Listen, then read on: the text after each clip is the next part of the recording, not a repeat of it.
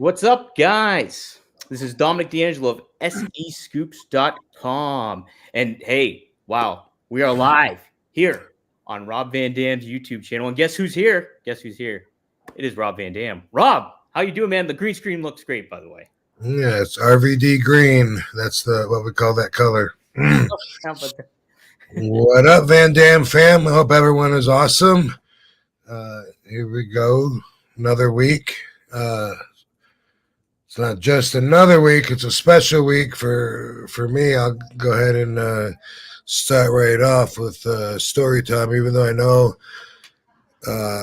YouTube Chris really likes to hear you talk more. And you got some people. You polarize some people in the down below. I sure do, with the smiling and the laughing. It definitely happens. What are you gonna do? You can't please everybody, but that's all right. So in the you never really know what someone else is going through department. For the last 4 years, I've had this scumbag chasing me down with this lawsuit. Guy picks a fight with me, doesn't like the results. Or maybe he did like the results. Maybe that's really what he's after. Because hey, here we are talking about him, which, by the way, I got to thank his ambulance chasers. They actually plugged to the jury that I would be here on my podcast talking about this. So, yeah. So thank you, sucky lawyers. And if any jurors are listening because of his plug, then I want to thank you for tuning in. And also thank you, Jerry, for seeing through the scam. What bullshit. So this dude's name is G Douche. And G Douche wanted to be famous. He dropped so many names in the trial, like anybody, even his own team, had no idea who he's talking about at these crazy parties that he's doing all these drugs and cocaine at. And he knows before he met me that I was doing drugs and cocaine too. He knows for sure because this one particular girl told him. He's 100% sure she told him because he's really good friends with her. And he says that she was there with me the whole day. She wasn't even there. Like, I had no idea who he was even talking about. Dude is so fucking crazy. This girl wasn't even there. And anyway, and he said Katie wasn't there, but Katie was there. Whole thing was bullshit. This guy was trying to extort me, after a little incident where he ended up a little bloody. Then he decides he loves everybody. Homies for life, man. If you ever saw True Romance, Gary Oldman's character, Drexel, was the inspiration for G Douche. G Douche wanted to be Drexel. And if you want to see what he looks like, then watch my RVDology on YouTube, on my YouTube. This brand new one here that I just did. I have plenty of pictures and I talk about it because I want you guys to learn from my experiences so you don't fall into the same traps and you can avoid some of them. So this guy, scumbag, tried coming after me from different lies and fake testimony and manufactured doctors' notes that contradict each other. And like the whole thing was like such a joke. And it's 4 years, me paying my lawyer. So everyone always wants to know, does he have to pay the lawyer's costs? Not in civil court. G Douche doesn't have any money anyway. G Douche was planning on partying. He thought that RVD was going to buy him and his ambulance chasers houses after he had his genius plan of approaching me, coming after me, verbally assaulting me, even putting his hands on me first, and then still trying to make it sound like it was all me, and like I'm a brutal pro fighter, of course, with anger management history, former rapist. I added that a little bit, but everything was so far. The funniest part, though, and his lawyers were they were entertaining, but they threw so much at the wall trying to hope something would stick. You know, he was joking, he made a mistake, he was joking, he was whatever. When Katie was there, she witnessed it, so she's up on the testimony stand, and his lawyer, there's this dude with white hair that looks like he grew up in a boys' home and was only around women at the field trips to Tijuana a few times that he took. He looked so awkward talking to, and it was so funny because they asked some shit that was like so far out there. He actually at one point goes, now, Miss Forbes, did you and your husband release a softcore sex tape? That was my favorite part. I was laughing, the jury was laughing, like, what the fuck? Yeah. Oh my god, dude. His whole case was bullshit, and I'm so glad the jury saw through it. You know, just a fucking money grab. And thank you to Dr. K for reading the doctor's reports, and thank you to my lawyer, who, damn, I was gonna ask him if I should put his phone number on here. Well, I'll ask him. I'll put it in the descriptions. But Scott Meehan from Los Angeles, great lawyer. I mean, he just gave them everything they said, and you could see it contradicted. You know, dumbass one got an MRI right after the incident, and so it showed the condition he was in then. You know, so then later on, he's trying to get a nose job, get some silicone tits put on him, and all this extra plastic surgery that G. Douche thought would help his superstar career, since he was going to be living in a big house with a big car thanks to RVD. But he got, thanks to an honest jury, exactly what he's worth, 0. How did you meet this guy, Rob? Oh my God. It was just at a hotel. So Jennifer and Katie had known him from Atlanta. Okay. And so I didn't know him. They did. The three of us were going out together. One of the first times, actually, we ever went out together, and stopped by his hotel, and he came out and started shit with me right off the bat. And, you know, without going through like all the details about it, or maybe I should, I don't know. But anyway, finally, after 4 years, you know, because they were threatening to take a whole lot. It's crazy. Like, his lawyer would be like, you know, I don't take it personally. We're just doing our job, you know. And I know he is. And I know he didn't have much to work with, but still framing me with fabricated evidence and trying to fool the jury, you know, that's a little bit personal. Like, I remember watching you grow up. You know, this isn't anything personal, you know. It's all cool. And then 5 minutes later, he brutally, for no reason at all, you know, look at him. He's a monster. Who would pick a fight with him? Nobody did. This was all a big mistake, and he was jealous, and he was roid raging, and he was this and that. Like, oh my God. So, you know, as a lawyer too, you'd want to take certain clients that are credible. You would think. Yeah, that's why, you know. I think that's why they have the term ambulance chasers. I mean, these guys acted like the bottom of the barrel, in my opinion. Like, the points that they thought they made were shitty points, and they kept going back to them over and over and over, pounding them in, and they weren't even good points to begin with. They didn't prove shit because they made it up, you know. And I think, you know, that they were a good team. Let me put it that way. I thought the guy was a scumbag, but after spending 4 days looking at that guy, now I know he's a lower scumbag than I even thought. Jeez. Douche. G Douche is his name. He's from G-Douche. Atlanta. From Atlanta. He rented himself a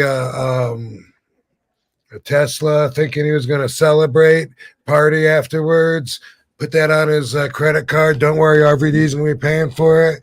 Hey, G Douche, fuck you. So he was pretty confident that he was going to win this case then, huh? Well, I don't know, dude. I mean, he must have been. He must have been. They kept coming. Like I said, it was 4 years, and I don't know how he felt. I can't really tell you that. Okay, yeah.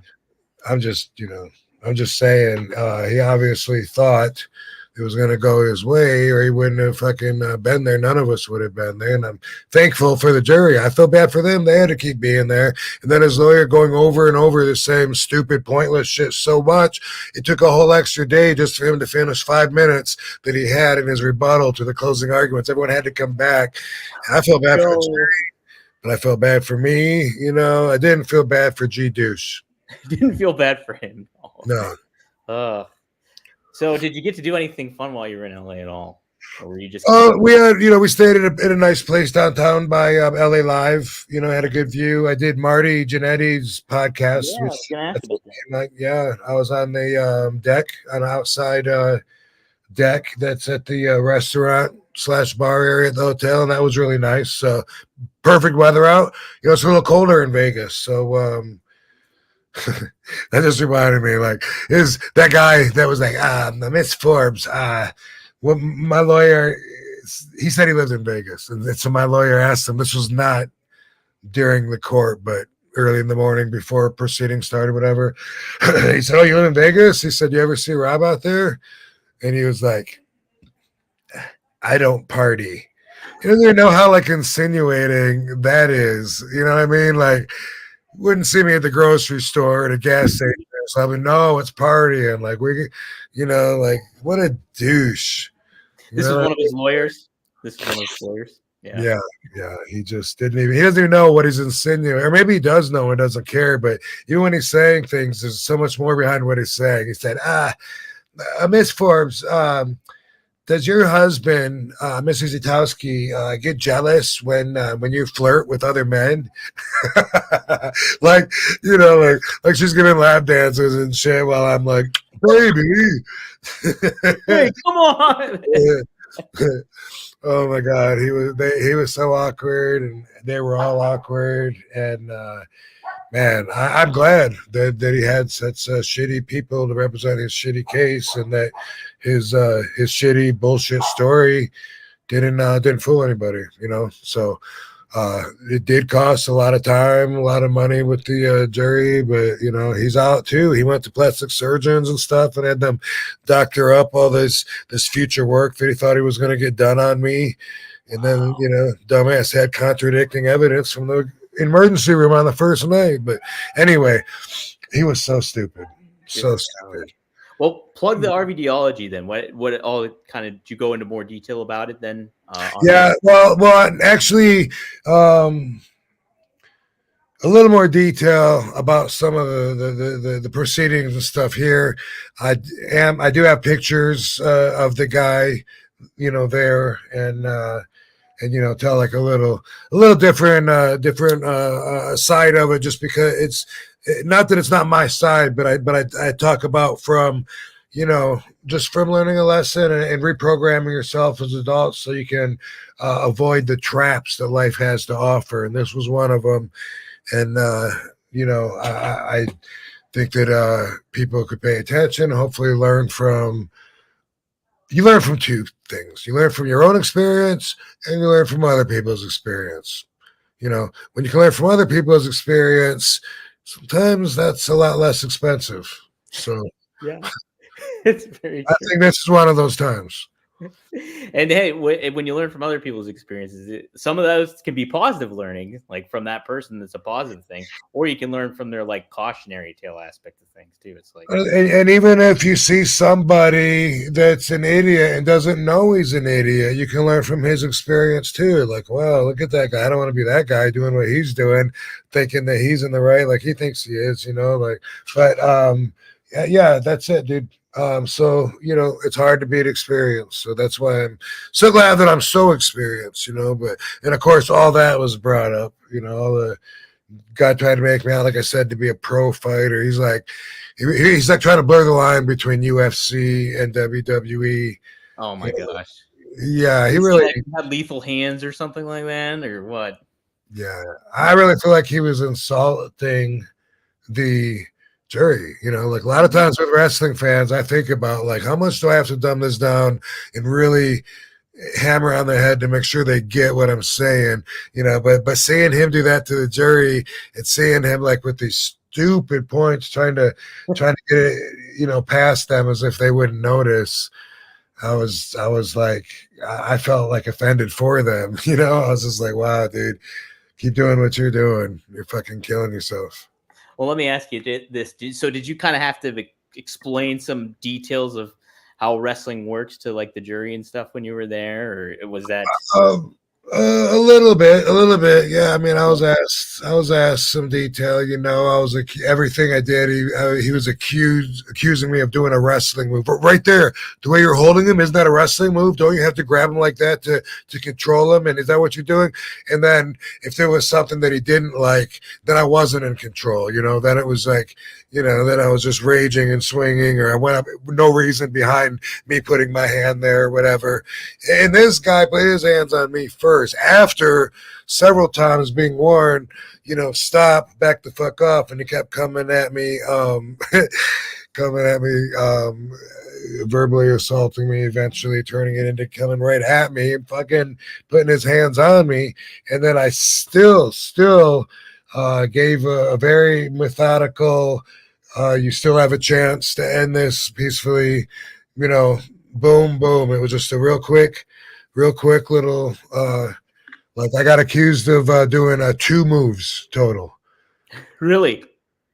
Yeah. Well, the pause in between was a check. Like they don't understand. Once you're engaged in something, you don't just turn your back, like a dog that, and you know what I mean, and just forget about what happened. They don't understand that, so they separate everything. What about 1 second before this? Because the guy ended up getting headbutted and split his head open. And what about like 1 second before the head? But why couldn't you have stopped right there? They don't understand. That's not how real life works. They give me all the credit for being an expert martial artist that knows every inch of, every move, how to manipulate someone's body and the forces of the universe and all this bullshit.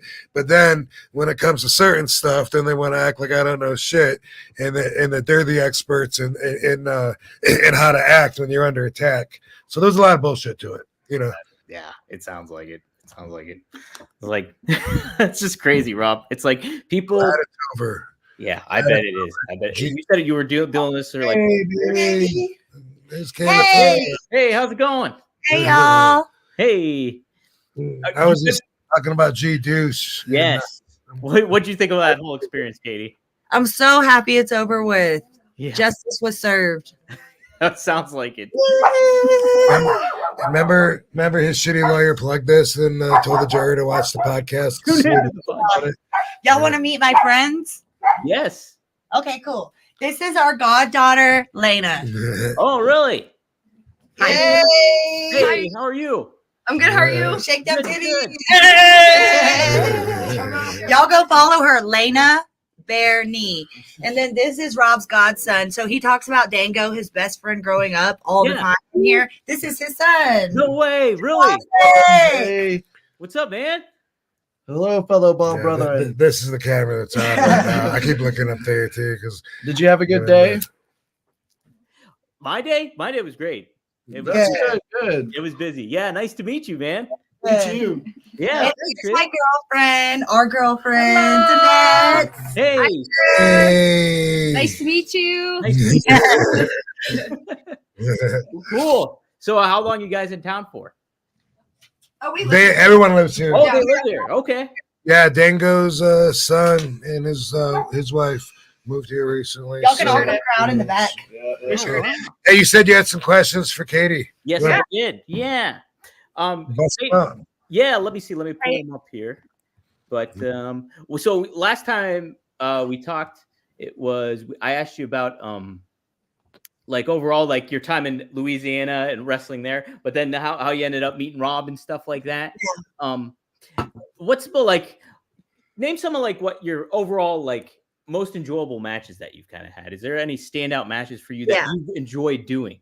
My favorite matches ever were my matches in India because the shows they said 70,000 people. So the shows are just huge. So to me, it felt like WrestleMania, having so many people there and all that energy of people cheering for me. Like that was my favorite match. Well, okay. So was that the Raka Khan? Is that what those are called, or is that something else? What was the? No, it was something else. It's the Great Khali's promotion in India called CWE. Okay. And so I've gone there like 10 times on tours, and I go and wrestle, and I've been going there since before I even knew Rob. Wow, how about that? Yeah, and the shows are massive there. It's amazing. Let me ask you this too. Who when you started off and then kind of getting more into wrestling and stuff like that, who did you really learn from in a lot of ways and kind of like pick up upon, and like who was a big influence for you, I guess? I love China was the first female that I had watched, and like me having black hair, and I was jacked because I used to do fitness competitions, and her having black hair, like I felt the connection between us that inspired me. And I'd met her earlier in my career, so she inspired me. But literally, I'm not just saying this. When I saw Rob, he was my favorite wrestler from then, and I was so inspired by him. I even asked my coach, Luke Hawks, who was my first wrestling mentor, if we could bring Rob in for a seminar so I could learn from him. And Rob, did you do the seminar? Is like, oh no. Okay, I was yeah. I don't think you've ever done a seminar. That's true. I haven't done a seminar. Oh, really? You haven't? No. Yeah. So, but I was intrigued by him and watching his splits and watching the ECW video. I just loved how he was just so out of the box, but also like his split moves reminded me of like stripper moves. So I was just so intrigued by him as a wrestler, and also the fact that like he doesn't get angry, and I'm not an angry person. So then it was just so cool how he could be like such a laid back guy, like laid back, and then also be able to fight. So that was inspiring to me as well, since I'm not an angry person.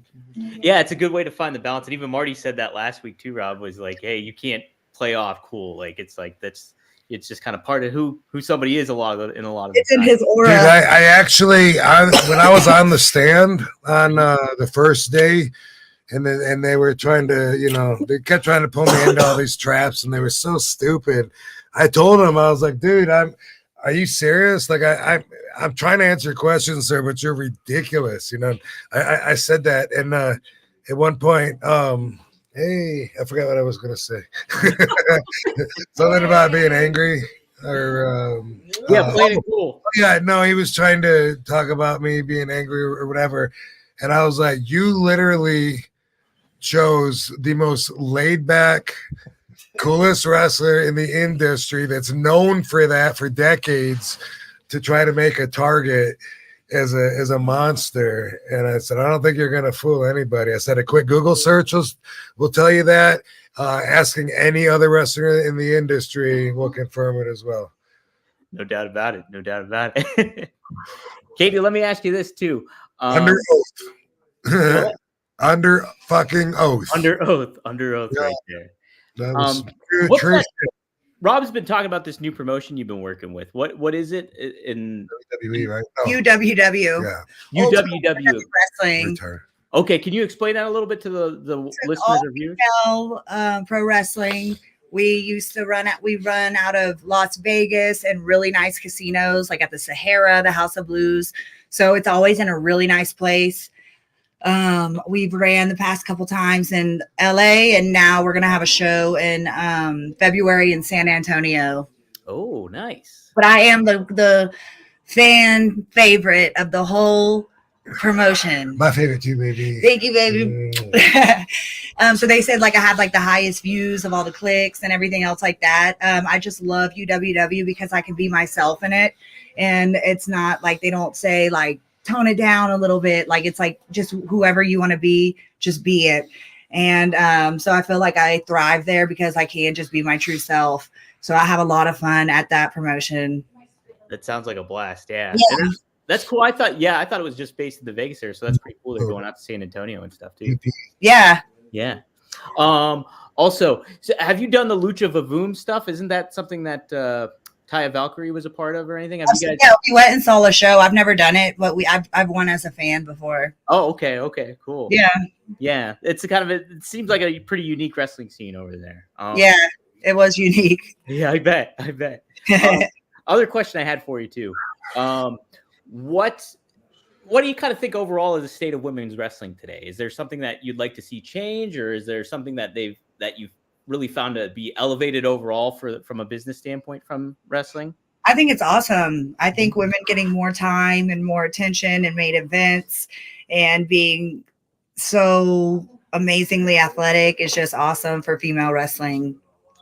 Yeah, and it's kind of cool. Like you see it from a WrestleMania standpoint that like the women are main eventing, and they're getting, and it's not necessarily like, oh, here's a women's match, but there's like here's a women's match, and then here's another women's match. It's like they're not separating them out, and they kind of just assimilate into, and it's kind of cool to see that in a lot of ways too. It is.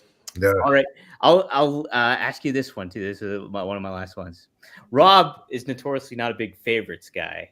Do you kind of have some favorites in certain regards when it comes to things? So if I were to ask you, like, what's your favorite movie? Do you have a favorite movie? Or are you kind of at the same? Okay, what's your favorite movie?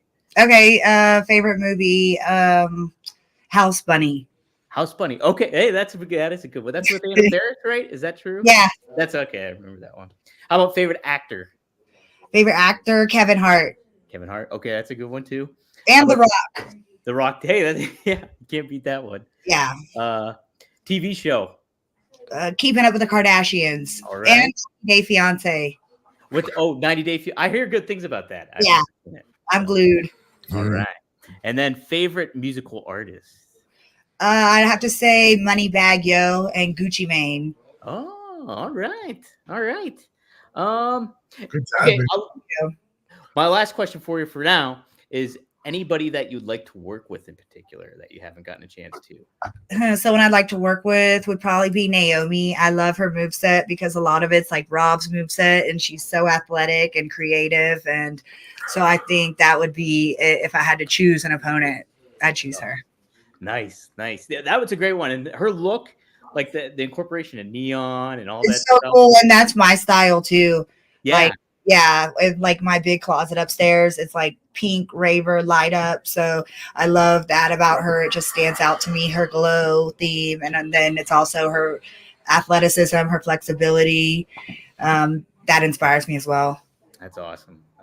Anything you want to plug in particular too?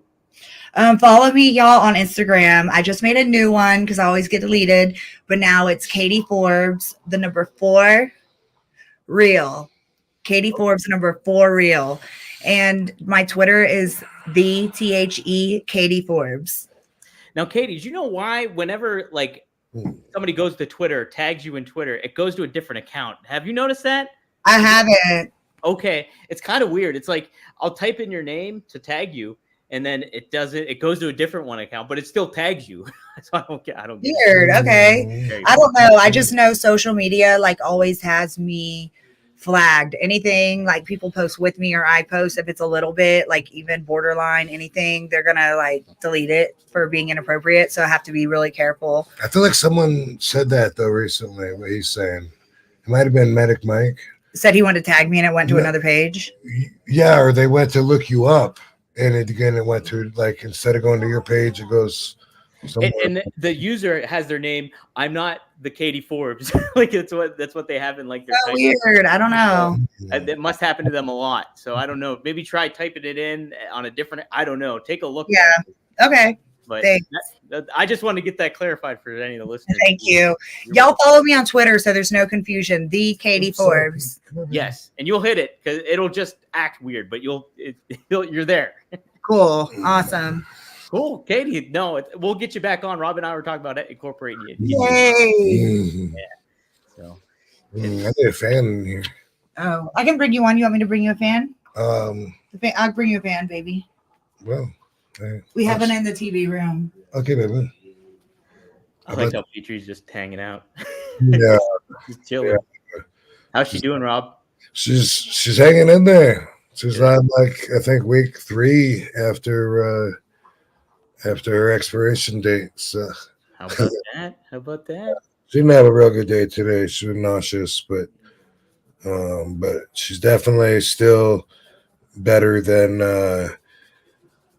when Katie was in Australia. She was looking hopeless then, and ever since then, even her bad days aren't like she had like 3 days where she didn't eat at all. She was just throwing up, and she never has gone back to that same level again. That's good. That's good. Yeah. We're giving her shots, nausea meds, and fluids, and buying the shit that the vet gives. Keeping it up to date, it's so stressful with animal pets sometimes because it's like they can't tell you what's wrong with them. Yeah. Yeah. I've always done that anyway.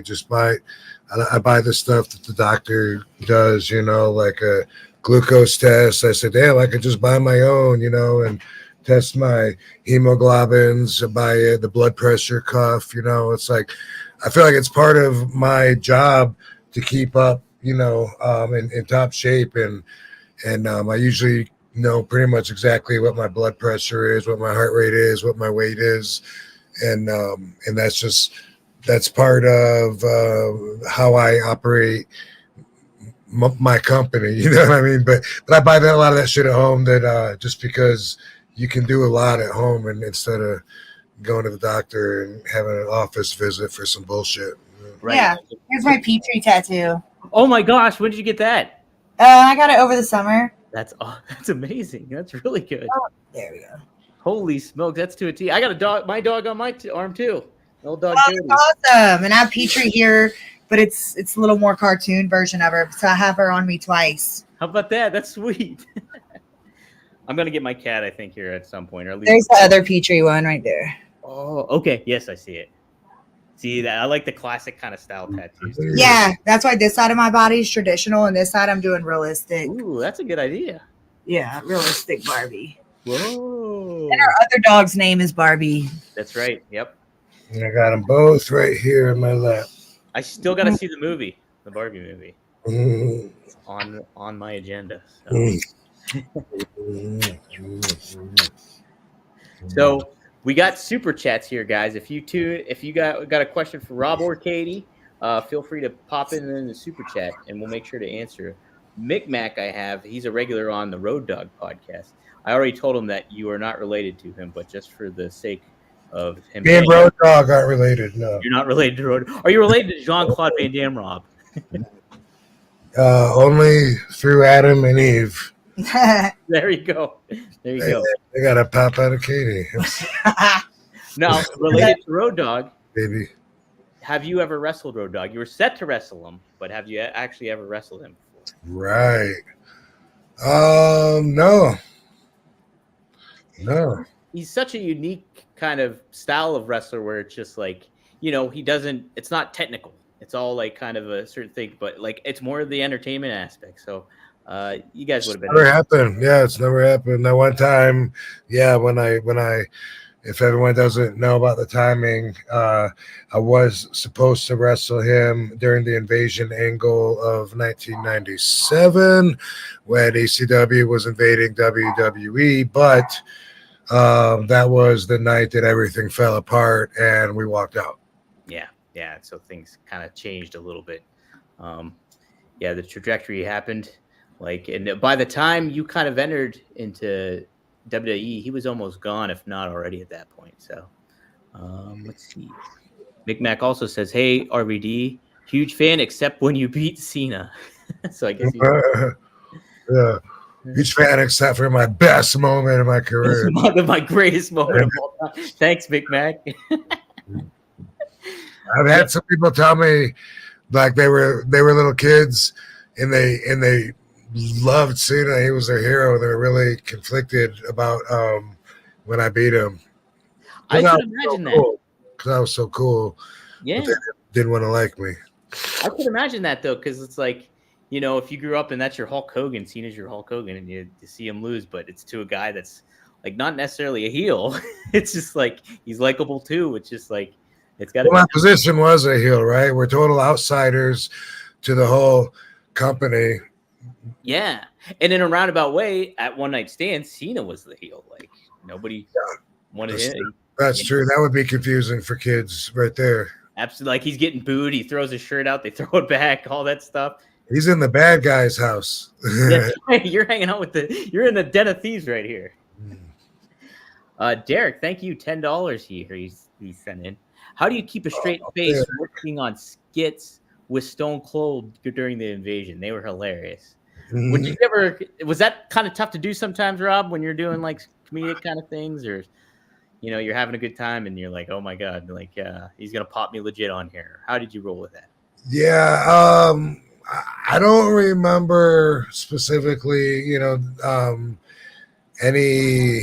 any times to bring up where either that or anything like that happened, but I can tell you that I wasn't like super comfortable. It wasn't like just two dudes doing their job, you know what I mean? It wasn't like I looked at him on a horizontal level and was just like, hey Steve, let's get this done and let's get this done and get on and get some lunch, and then when they go, okay, ready, action, and then we're into character, and I'm, and it's like, dude, I'm this. It's not like that. He was intimidating around the clock. He was a authoritative figure, and I did feel certain ways because of that. You know what I mean? Like, I did feel a little less comfortable. I did feel like pushing back a little more because I did feel, like he's someone that a lot of guys would be kissing his ass if they were younger, just because of the fan in them, or because that's the way they want to climb the ladder. I don't know, whatever. But, I've always liked Steve, but back then when I was like first, I first worked with him in WCW in 93. Oh, so you worked when he was Stunning Steve. Yeah, and he was the Hollywood Blondes. Oh, how about that? Okay. Wow. One time. But working with him in WWE, with me getting a big push and stuff like that, it wasn't something that I was just like real comfortable, and it wasn't like he was just like a dude that I work with, that's like when we're both out of character. It wasn't just like hey, Rob and Steve, just two dudes that showed up to do their job. I mean, it's like you carry that hierarchy with you, sometimes to a ridiculous point. Now is how I see it, because at this point in life, a lot of times I think about some of the guys that were below me on the hierarchy. Mm-hmm. And I remember back then when I was in that mindset of competition and stuff, even like looking at guys, I don't know, let's say like when I was in the ECW, and then there's like the BWO, right? Stevie Richards and Meanie, those guys,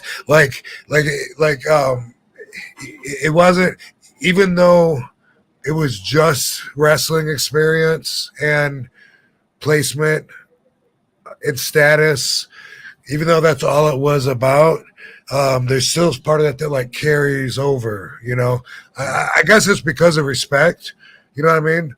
Which is good if you look at it that way, but also it can be like too much if you're the guy on top thinking that these other people that in reality are just other people doing their job, you know what I mean? They really are, but sometimes in your mindset, you start feeling, like if you do feel like you're above them, you're a higher, I don't know if you think you're a higher status of human being, or you're just a higher status in life, or whatever, or you look down on them, or maybe you look down on them because they weren't able to make it as high as you did. I don't know, but there's a lot of that shit that would carry over that you would never know, But I guess there's a reason for it though. You know what I mean? Like if the original Sheik was around, I would still want to carry his bags, you know what I mean, for him.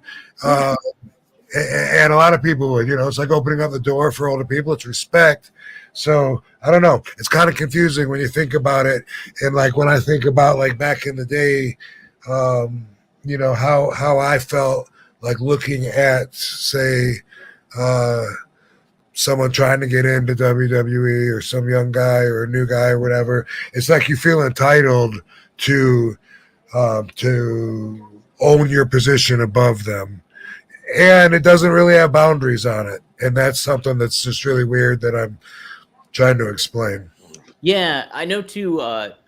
Booker T recently joined Kurt Angle on his podcast, and he made mention how when he made the jump from WCW to WWE, he almost kind of had the mentality of like, I'm throwing everything that I kind of did in WCW almost out the window in a way, and from how like, you know, because he was talking about trying to, you know, fit into the locker room in certain ways and things like that, and kind of just being like, all right, I'm here and I'm gonna earn my way to kind of be like that, but like.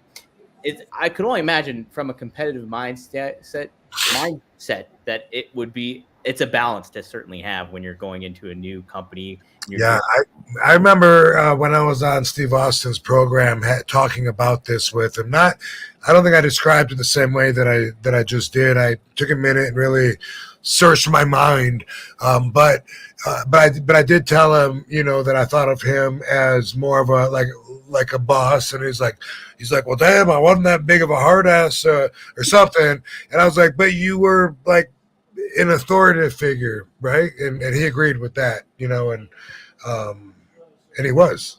Yeah. Well, this kind of leads to one of the topics I had actually too. We talked about this a little bit before when we first touched upon CM Punk about locker room leaders. And recently in the news, there was Bryan Danielson was kind of one of the people on the disciplinary committee that was a part of the process of terminating Punk from AEW. He also said he still considered Punk a friend and only wished him the best and everything like that. But he was part of the decision-making process, wasn't the head. But then you kind of learn other reports coming out that like Daniel Bryan or Bryan Danielson is more a part of that process of like almost like an authoritative figure behind the scenes in certain ways where he's like a good mind to go to. Rob, what, and like, I know Undertaker had this impression of a locker room leader in WWE, and you kind of mentioned like Steve was more of an authoritative figure. Is it kind of a misnomer, almost like locker room leader? Is that kind of like misleading in certain ways? Do you think a promotion needs a locker room leader, or is it more so, hey, lead by example kind of thing?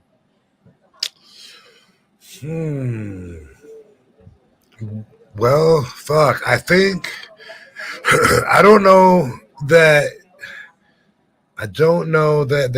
they need a leader, but I also kind of feel like it's something that would organically happen anyway. Mm-hmm. Just like anytime if you have like a group of 20, 30 people, you know, put them on an island and see what happens. You know, someone's going to turn out being the leader, you know, deciding, okay, we need to fucking start looking for food. You know what I mean? Yeah. So I don't know that they need to have one appointed. I don't know. But also, if there's usually someone that's working in the office that's also talent, and that kind of automatically makes you one of at the very least, a stooge. That's bottom level. You know what I mean? That's like at least you're someone, you know, for people to watch out for, you know, in the locker room. Like, and then you could carry some weight with it as well, depending on who you are and what you do in the office. Yeah, yeah. Was there kind of that figure behind the scenes in ECW at all? A locker room leader in ECW, huh?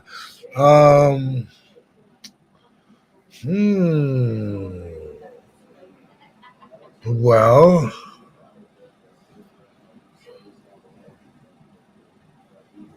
damn. I don't know that there was. You know, as far as like the office guys being talent, that would have been Dreamer. Also, Taz and Bubba both were the local New York guys. Maybe Devon too, but Devon used to live in Orlando. I don't know when he moved, but these guys were office. They were helping promote the product, and they were also the wrestlers. So they would have been someone that, like, if there was a problem in the dressing room, they would have had vested interest in fixing the problems because their office trying to promote homeostasis within the whole company. I didn't look at them like that, but I did look at them as at least Dreamer. I did look at Dreamer as an office boy. You know what I mean? Mm-hmm. That sounds disrespectful. An office Was it boy. more so though in a positive way, like somebody that you could kind of bend the ear of a little bit, or like in a helpful way, certain kind of like office kind of guy? Yeah, like he had some insight to what was going on in the brain of the office. The connection to the like almost. Yeah, but besides that, there wasn't anybody. I mean, like Shane Douglas was gone shortly after I got there. I don't remember, a long period, a lot of shows with us both being there. But I think he would have been the veteran when he was there. But I don't remember like him calling like team meetings or anything like that. You know what I mean? It was like, I don't think there was anything like that except for Paul. And Paul would do that. He would call meetings, locker room meetings, and huddle everybody up. And he was that guy. And maybe someone else might want to scream something afterwards. New Jack might want to step in afterwards and be like, you come up on me. Yeah, exactly. Maybe I could see that. Try and fire everybody up or something like that. Rah kind of thing. Maybe. But nobody that I can think of that would like call a meeting on their own and say, this is what we need to start doing more of or less of. Tracy Smothers did take it upon himself to start to tell everyone that, I don't know who told whose idea it was, but anyway, he would train the wrestlers. Mm-hmm. He would get in the ring and show up every day. I don't think he was getting paid extra for it. I don't know for sure, but he would show up for any of the young guys that wanted to get in the ring and work out like a dojo in Japan and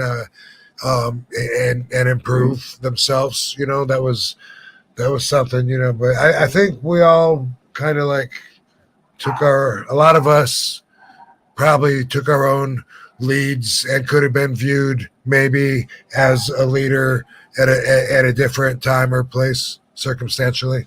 Yeah. No, that kind of makes it like in certain categories when it comes to, hey, he's the expert at this, or like in certain moments it calls for it. Yeah, whatever. I think it was more like that. Yeah. What your interaction with Tracy Smothers overall? He's always pretty well praised across the wrestling world as being a really nice guy and somebody that is helpful, to your point. What was your interaction with him? I love Tracy, man. I had so much fun with him. I wrestled him first in probably like 94-ish. This would have been barefoot RVD in the singlet that wasn't airbrushed. Just the red one or whatever it was? I saw the red one. Yep, the red one and the black one. And after, like, I wrestled him a few times at some small shows in Georgia and Carolina, some fairs or whatever. And right off the bat, he cracked me up. He's always, since the first time I wrestled him, said, man, I've been in harder street fights. No, easier street fights. I fucked the lineup. And then he also says, man, you took me within an inch of my life. That was like something that every time I would see him, and we would always just say, you changed, man, you changed. For decades, that was always still funny to say, you changed. You took me within an inch of my life. I've been in easier street fights, or I've been kicked. I don't know. He was very funny. One time, and he was a country boy. I got something I want to share with you, but let me spit this out. One time, we're in the ECW arena in Philly before a show, and he reaches down, pulls his pant leg up, and reaches down into his sock, and he pulls out a wad of tinfoil, which she opens up, and there's half a chicken sandwich in that. What? His first thought is to offer it. Hey, anybody want half a chicken sandwich? Rob, you want this? I was like, no, fuck that. He's like, I didn't buy it off this half, but it's been wrapped up. I just put it there to keep it, Yeah. Oh my god. Yeah. That kind of brings me to Bobby Eaton real quick, because I heard always about Bobby Eaton. He would bring like towels or like be like super accommodating to other wrestlers and stuff like that. Did you cross paths with Bobby and like have those kind of interactions at all, or no? I didn't, man. I was around him very little when I was in WCW in 92 and 93. And I was just so young and so green that, my perspective of the whole world wasn't on a scale for anything to stick out, But what's interesting is I think I worked him, but I've never seen the match. But I think I remember going over the match with him and stuff. And I think I remember the difference because Rip Rogers had told me, you don't do all that flips and kicks and all that. Just save it for the end. Do one kick at the end and make it mean something. And I remember I was like, man, I was bummed. And I asked Bobby Eaton, and Bobby Eaton had the opposite. He was like, if you can do it, do it. That's your gimmick, right? That's what people want to see. And I was like, thank you.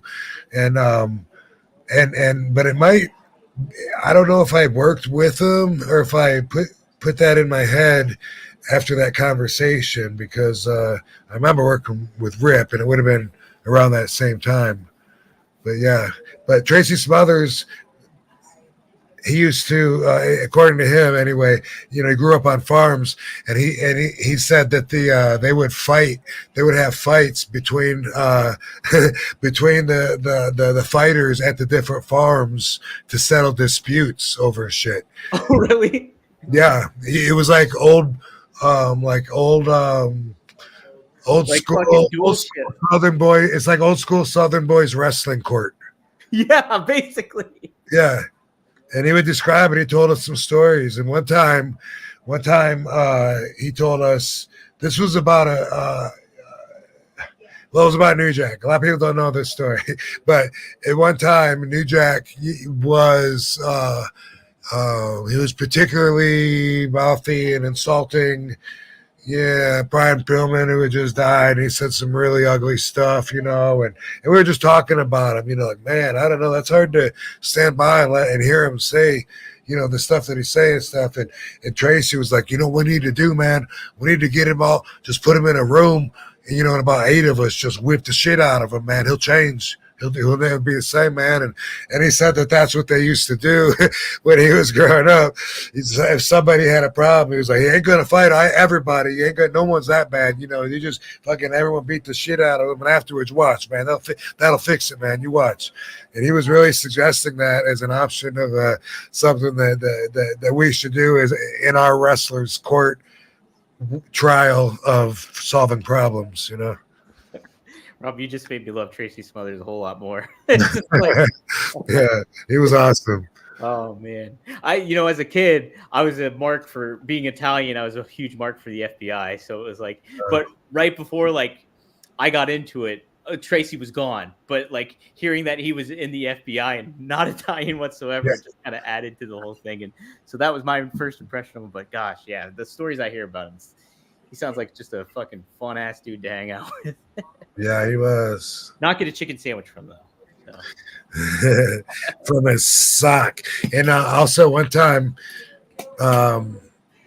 his partner, Little Guido, his FBI partner, hey doggies, did something funny that's similar, kind of. I mean, it made me think of this. I see why they're partners, but you're on the highway from point A to point B. There's only so many service area truck stops, so you're gonna see the boys because you're all on the same route in different cars, right? So we pulled over to take a pit stop, and I pull up to the urinal in the men's room, and little Guido is at the urinal next to me, and he's got a bag of donuts because there was a Dunkin' Donuts in there, and he reaches in the bag while he's pissing, and he grabs a donut hole out, and he starts eating it. He's like, "Rob, you want some?" And I was like, "I'll pass, bro." I'm good. I'm good on the urinal donut holes. No urinal donut holes for me. I've met my quota at 0. Yeah. Oh, that's good stuff. Oh man, yeah, I was such a mark for the FBI. Let me see here. Oh yeah, so this is kind of a neat thing that got brought up. Jake the Snake on his podcast happened to say that one of his favorite heels of all time was somebody we talked about a couple weeks ago, was Pat Tanaka's dad. Oh, I can't remember. I screenshotted the name, but I forgot to put it up. If I can pull it up real quick. not Toru Tanaka, was it? No, it wasn't. Let me take a look here. Okay, I have it here. Duke Kiyomuka. That was father of Pat Tanaka. Okay. He chose him as one of the best heels ever when discussing on the podcast. Apparently, he said tough as nail. So apparently, he was interred at in He was interred. A turd? Not a turd. Interred at a concentration camp during World War II. Apparently. Oh fuck. So Okay. yeah. So he was not in Germany. I think somewhere in the States. If I'm not. Manadozar. Remember that? I didn't know that. Yeah. How about that? But it led me to think about this. I would imagine the Sheik is probably one, but who really defined like a great heel to you? Ooh, a great heel. I mean, honestly, what comes to mind is someone that's a lot more vanilla for lack of a better word. Someone a lot more basic. Mm-hmm. What a heel, though. How about like Iron Mike Sharp? You know, when I was growing up watching wrestling, Iron Mike Sharp, he didn't care about the rules, but he was so creative. You know, he would he'd pull the wrestler in, he's into the corner, you know, reach into his shorts, bam, put it back in his shorts, you know. And then we'd always make sure the refs didn't see it. And then he would put his hands up, and then he'd put it in his back and let the referee check his front. You know what I mean? And the crowd would be like, no. And then he would like switch it and put it in his boot. And he would like, well, go ahead, let him check his trunks, you know. And the ref would say, what? And then be his boot. And, you know, take it out, put it back. You know what I mean? It would, that kind of stuff. And just the way that he would like get the ref to turn and miss everything. I just think people like that, they're so entertaining sometimes, you know, like when I was a heel with Impact Wrestling and Katie was my manager, you know, I was, you know, my back was hurt through a lot of that and stuff. And so maybe part of why they turned me was because they said I could pick and choose my bumps then. The way you could do that would be, of course, to be creative and just heel and cheat. And obviously the babyface is doing the selling during the match. But I wish that I had enough time spent being a heel to really master like the Iron Mike Sharp perspective of really just of cheating and then taking it to a whole new level from there. That would be something that would be really cool for me, especially using Katie. You know what I mean? But it was just a really short amount of time, and I was thinking in my head, like, you know, like even though I've wrestled for 200 years, I haven't been a heel that long, and even though as a babyface, you know what the heels are doing and stuff, it still doesn't replace being. Doesn't mean that I'm going to be exceptionally good at that position. You know what I mean? Right. Exactly. So I guess asking this too, did you have more of a preference when it came to would you always lean more towards wanting to be a heel than a baby face, or where did that kind of fall in line for you? No, overall, I liked being a baby face. I mean, I like the fans. I like the love from the fans, that's just, everyone loves me. They always have. Even when I'm a heel, I get a lot of love, but then when you're a heel, they associate you with other heels. They have you do things to babyface to try to get heat. That's what you're doing as a heel. And I never really enjoy having the fans say, you suck and stuff like that. But it can be fun. But overall, mostly I've been either a baby face or just an aggressive baby face, a heel that they like, or a heel that is, still a baby face. So for me, I've always, I feel like, had a lot of fan support behind what I do for the most part of it. And I never really wanted to stray from that. When Impact wanted to turn me, I was like, oh, no, really? Like, is shit getting stale already? Because damn, man, you sure you want to do that? And then they were like, yeah, give it some thought. And I thought about it, and I was like, all right, then fuck yeah, let's do it. It sounds fun. And I don't know, it doesn't seem like it was super long. It was during COVID, which made everything different. You know what I mean? Yeah. It's hard to play off the crowd when there's no crowd. Yeah, it's a little tough. But anyway, yeah, it was, in my memory, it was the blink of an eye. It was a very short experience in my overall time in the ring. Yeah.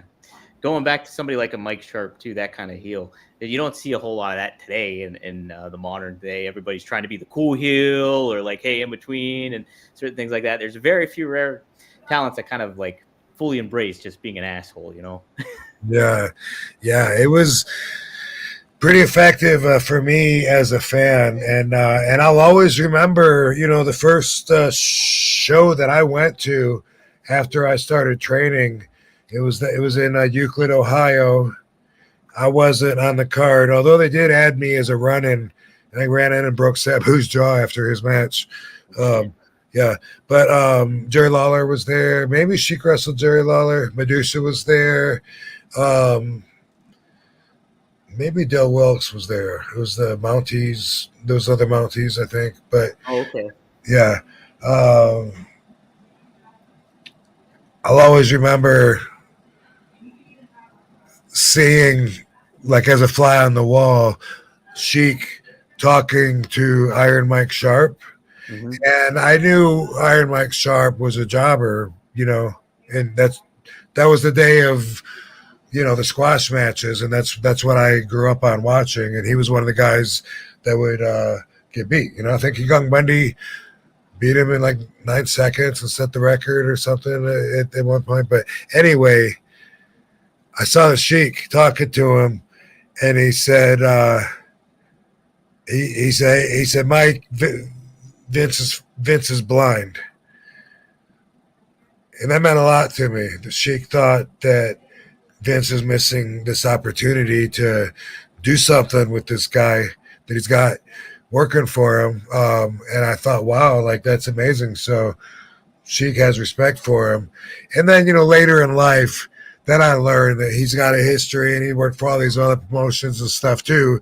He wasn't just a jobber. He had a whole history and accomplishments, and that's a perspective as a fan that you don't even think about. And they used to hide from you too in WWF. They never let you know there was a past or any other organization.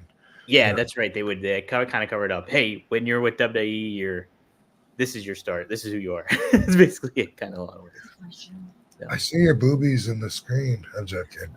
Do you think you'll want to go out tonight or no? Because we're starting to plan. No, really. Okay, well, Jurassic and Lena are going to take us. Okay, cool. Yeah. Cool. So they'll take us and drive us back. Okay, cool. Cool. Well, yeah, we'll finish this up here. But guys, if you have any last minute questions, feel free to pop in the super chat or anything like that. I'll get a couple of your guys' questions in if time permitting. But Rob, I did want to ask you real quick. We didn't talk about it that much. What were your thoughts overall on having Marty on last week? It was pretty fun and unexpected.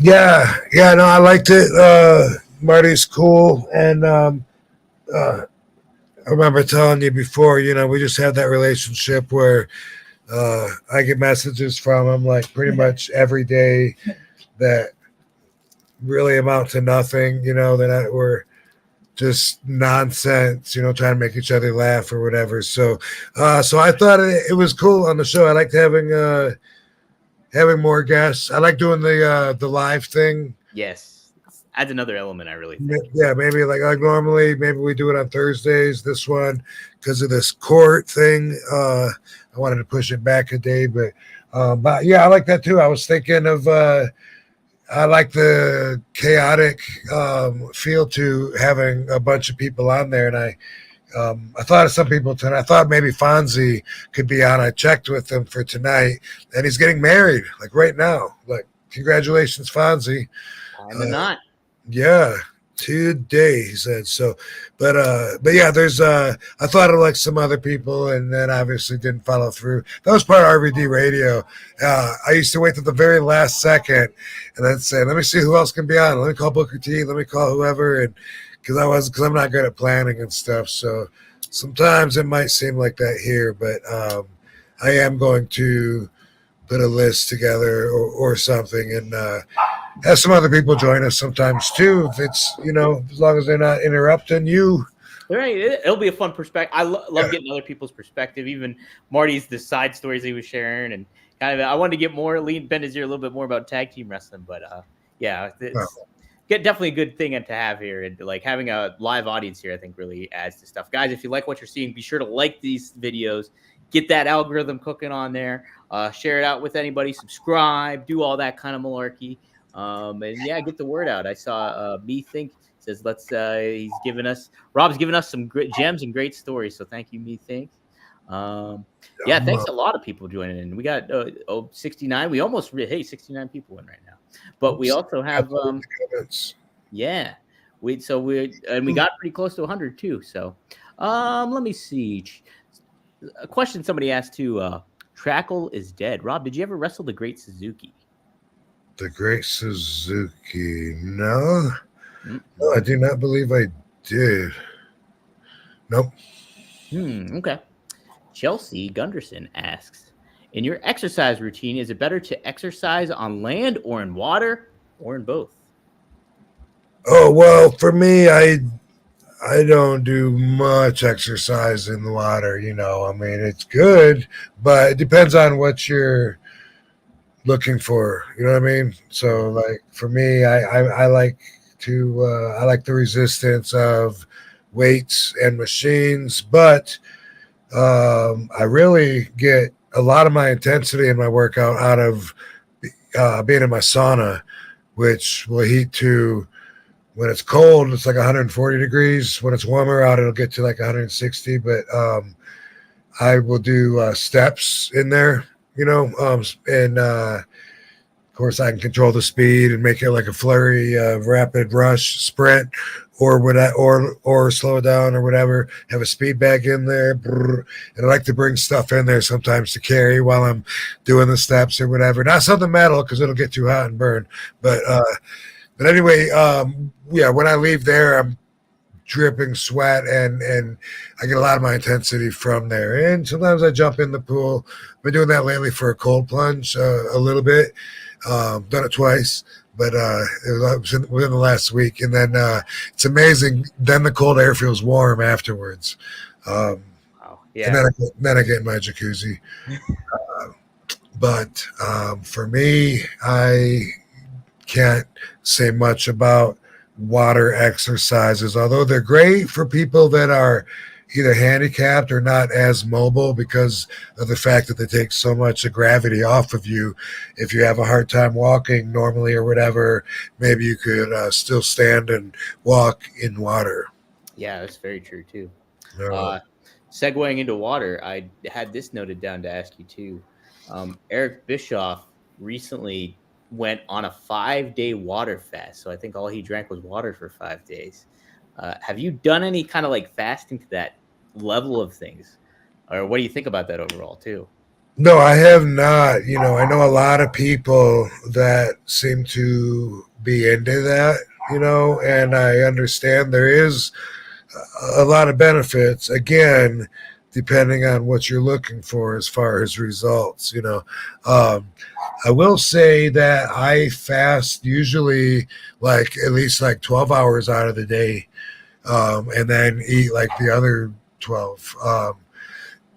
And I started doing that a few months ago when I started learning more about how the growth hormone works around the clock.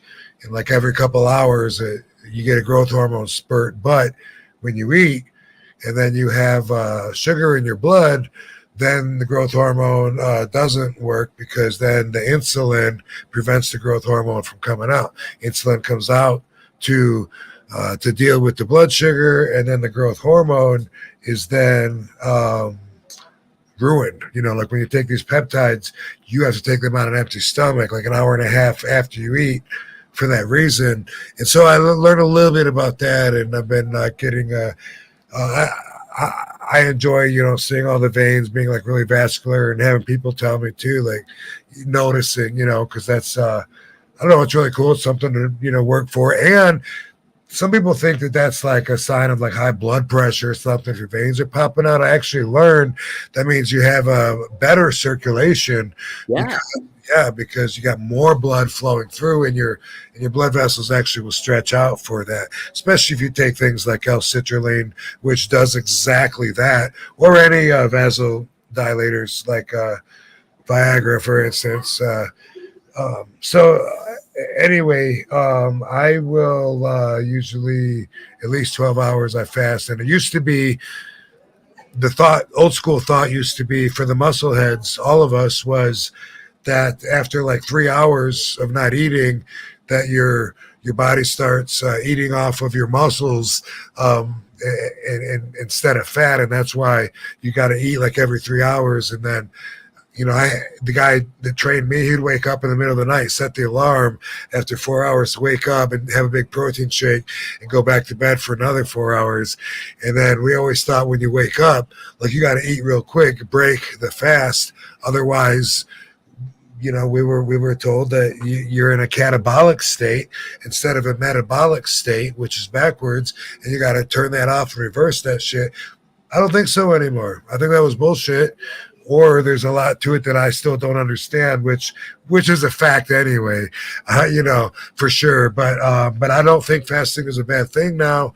Again, depending on what you're used to, but a good balance of it, can be. You can get lean without necessarily, dropping a ton of weight. If I fasted and drank water for 5 days, I would lose 20, 30 pounds. I don't want to do that. Right. Yeah, definitely. Holy smokes. Yeah, Eric said he felt like a new man, though. He said he felt good. He probably said you actually releases stem cells within your body and all kinds of shit. Go through all these phases. Yeah, I'm sure there's a lot of benefits to it. Cool. Rob, you already did an RVDology. Did you want to do one on here, or where are you at with that? Oh, yeah, I know. I didn't even think about it. Let's skip it. We could skip it. We'll wait till next week. 2 minutes is close enough. Okay. Cool. Yeah, anything that you want to plug that's upcoming for you, or just go to YouTube and you can see what G douche looks like. My RVDology, and I don't think I have anything this week coming to plug. So let's do this again next Thursday. And see if I can't get someone to join us. Maybe. Hey, that'd be great. Guys, thanks for joining in too and interacting. Everybody, I see all the names on here. James, methinks, everybody says I really appreciate Red Machine, everybody that tuned in. So keep on coming back, spread the word. We're gonna get things cooking here. So as far as getting all the info, go to rvdpod.com, check out all the clips coming up and everything like that. You can check us out on Rumble too. We're on Rumble. We're actually live on Rumble here too at this moment. And then get us early, the Premier Streaming Network. So once this show ends, if you're tuning in live, we go private, and then it's exclusive on Premier for a few days until we drop it boom, on the podcast feed on Monday at 4:20 p.m. every Monday. So check it out, guys. Yeah, that's kind of it. Rob, good episode. This was episode 32. Can you believe it? Episode 30. Nice, man. Don't be afraid to leave a comment. We'll read it. Yes, we do read them. So cool, guys. Hey, we'll see All you right, next week. Van Dam fam. See you next week. Thanks, everybody. Thanks, Tom. Yep. Thank you, guys.